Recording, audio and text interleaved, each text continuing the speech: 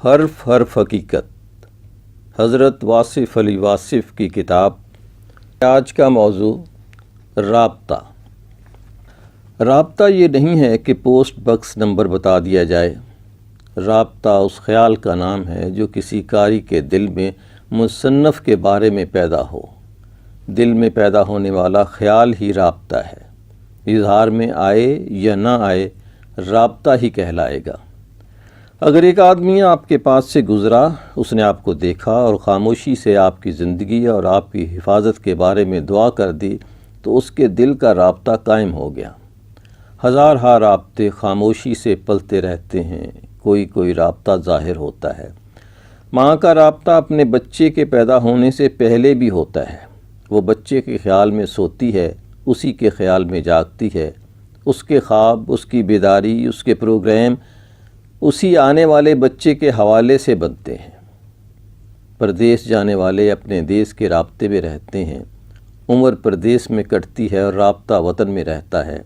ماں کی دعائیں رابطے کی شکل ہیں۔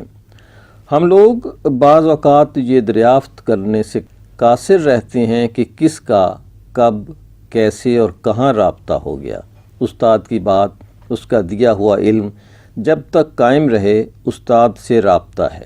استاد فوت ہو جائے تب بھی رابطہ ہے۔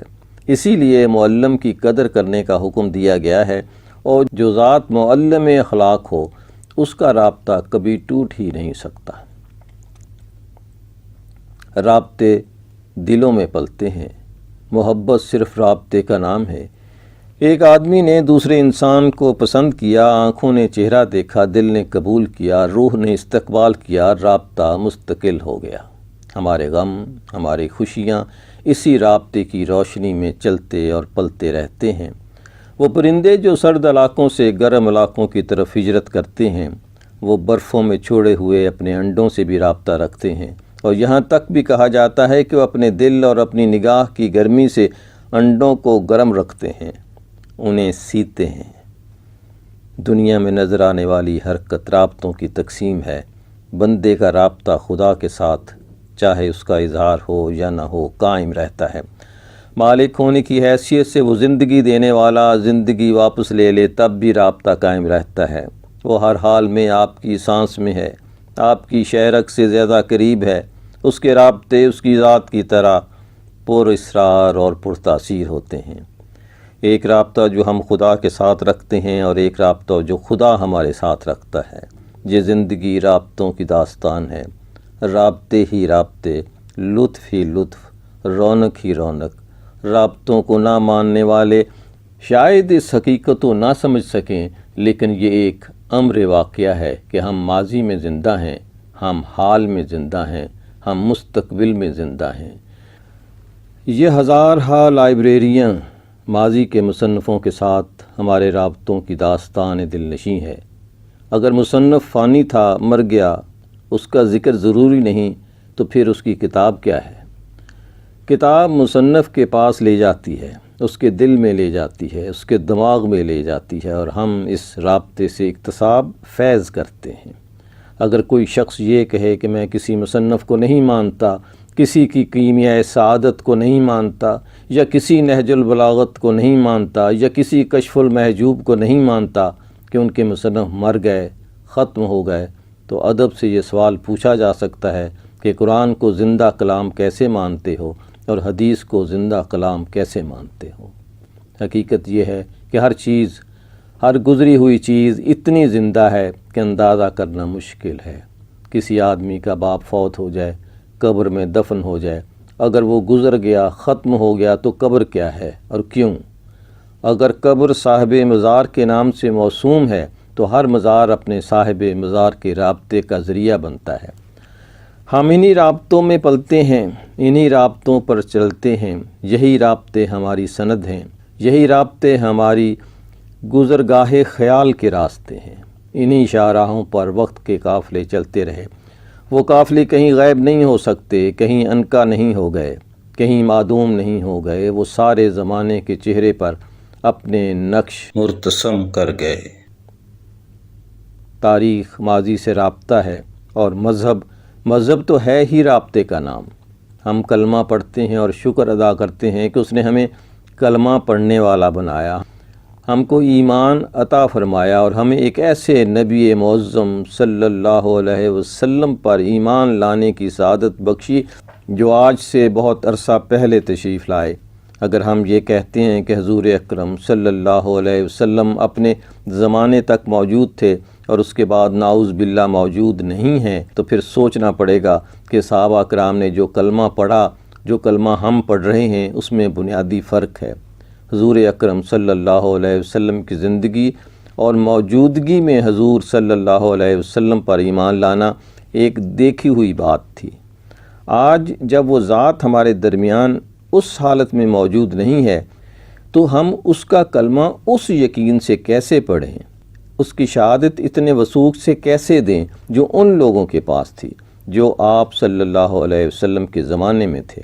حقیقت تو یہی ہے کہ ہم بھی جو کلمہ پڑھتے ہیں تو ہم اپنے آپ کو حضور صلی اللہ علیہ وآلہ وسلم کے اتنا ہی قریب مانتے ہیں جتنا وہ لوگ مانتے ہیں، کیونکہ رابطہ جغرافیائی نہیں، تاریخی نہیں، وجودی نہیں، بلکہ یہ ایک روحانی رابطہ ہے۔ وہ رابطہ آج بھی اتنا ہی قوی ہے، اتنا ہی لافانی ہے جتنا پہلے تھا۔ یہی وجہ ہے کہ آج کلمہ پڑھنے والے کل کے کلمہ پڑھنے والے کے برابر ہیں۔ جن لوگوں کے زمانے میں نزول قرآن ہوا، انہوں نے دیکھا کہ کس طرح نزول کی کیفیات پیدا ہوئیں۔ ہمارے سامنے یہ واقعہ نہیں ہوا، لیکن ہمارا ایمان اتنا ہی قوی ہے کہ کلام اللہ کا کلام ہے، جبرائیل امین کا لایا ہوا، ہمیشہ رہنے والا، حضور اکرم صلی اللہ علیہ وسلم کی زبان سے نکلا ہوا، اور یہ کلام ہمیشہ ہی اپنی تمام تقدیس کے ساتھ محفوظ اور قائم رہے گا۔ لوگوں نے اس رابطے کے بارے میں بہت سی شبہات پھیلائے ہوئے ہیں۔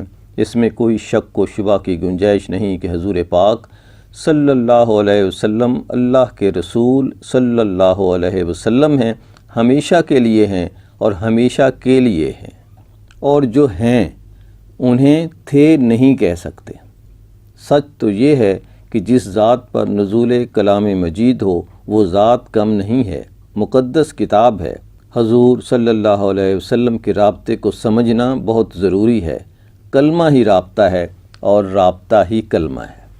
ہر اسم اپنے مسمی کے ساتھ رابطہ رکھتا ہے اور یہ رابطہ کبھی ضائع نہیں ہوتا۔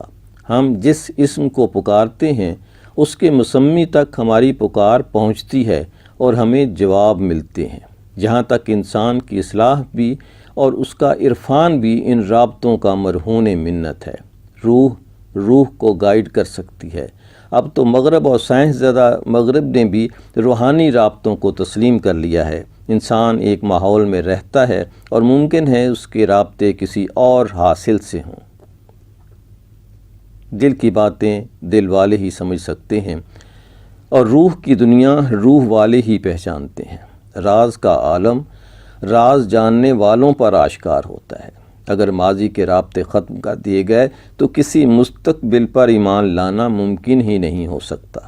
ہم دیکھتے ہیں کہ قوم بزرگوں کے دن مناتی ہے۔ اس دن بزرگ لوگ اپنی عارضی رخصت کے باوجود اپنے دنوں کے منائے جانے کا لطف حاصل کرتے ہیں۔ قائد اعظم کے مزار پر حاضری دینا قائد کی روح کو سلام ہے اور اس کے لیے آسودگی کا پیغام۔ اسی طرح باقی لوگوں کے آستانوں پر ہماری حاضریوں کا عالم ہے۔ انسان سوچ کر غور کے ساتھ اپنے رابطوں کو دریافت کرے، اپنے رابطوں کی حفاظت کرے اور اپنے رابطوں سے ہو سکے تو قوم کو آگاہ کرے۔ اقبال نے پیر رومی سے رابطہ کیا، حالانکہ پیر رومی کوئی زندہ انسان نہیں تھے، اور پیر رومی کا فیض اقبال کے اندر بولا۔ قوم نے دیکھا، قوم نے سوچا، قوم نے فیصلے کیے، فیصلے کامیابیوں سے سرفراز ہوئے، اور آج یہی فیصلے ہمارے ہم ہونے کا جواز ہے۔ غور سے دیکھنے والی بات ہے کہ اگر آپ کوئی اچھی بات کہیں، اچھا کلام تحریر کریں تو آپ کے لیے ہزار اٹھے ہوئے ہاتھ آپ کی صحت اور زندگی کی دعا کے لیے تیار ہوں گے۔ کسی کا نام نہیں معلوم، کسی کا چہرہ نہیں دیکھا، لیکن ان سے رابطہ ہے، ان کا آپ سے رابطہ ہے۔ رابطے آپ کو تقویت دے رہے ہیں اور آپ اسی تقویت سے اپنے اپنے سفر پر گامزن ہیں۔ خدا ہمارے روحانی رابطوں کی حفاظت فرمائے۔ انہیں ہمارے لیے دعا دینے کی توفیق عطا فرمائے، ہمیں ان کا شکر ادا کرنے کی توفیق عطا فرمائے، ہمارے استادوں کی خیر، ہمارے بزرگوں کی خیر، ہماری تاریخ کی خیر، اور ہمیں ایمان کی دولت عطا فرمانے والوں کی خدمت میں سجدہ نیاز۔ اظہر نیاز کو اجازت دیجیے، اللہ حافظ۔